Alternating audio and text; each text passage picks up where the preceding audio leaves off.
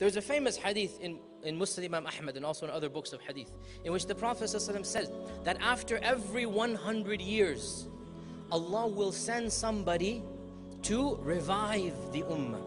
Man yujaddidu hadha din, to revive it. Reviving means it was asleep, he'll wake it up. He's going to remind the Muslims of something they have forgotten. So there's a hadith that says after every 100 years, somebody's going to come and revive the ummah. Our Shaykh said, you all know this hadith, don't you? We said, yes, of course we know the hadith, yes. So he said, what's the question that everybody has on his or her minds? So we said immediately, well, Shaykh, is obvious. The question is, who's the reviver of our times? Isn't that the question, right? Who is this person? The Shaykh said, that's your mistake. Right there. That's your mistake. You've already accepted that someone else will get to the top. Why can't you make dua to Allah? Oh Allah, make me that reviver who's going to come at the end of every 100 years.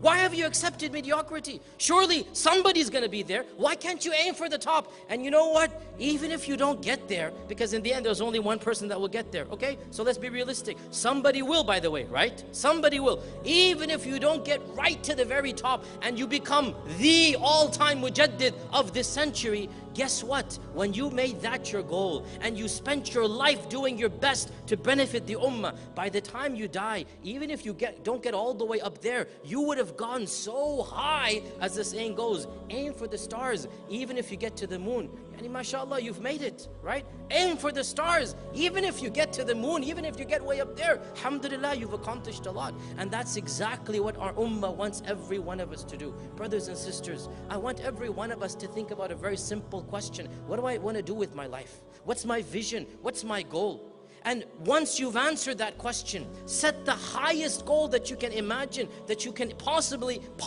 even want, and then strive to achieve it. Because wallahi, not every failure is an ultimate failure. If you fail to not become the mujaddid, but you strove and you strove and you strove, then alhamdulillah, you have succeeded over millions, maybe even billions of the people of the ummah. And that is the ultimate goal. فَاسْتَبِقُوا الْخَيْرَاتِ سَابِقُوا إِلَى مَغْفِرَةٍ مِّن رَبِّكُمْ. We want to win the race. We want to be with those who are racing on the front lines.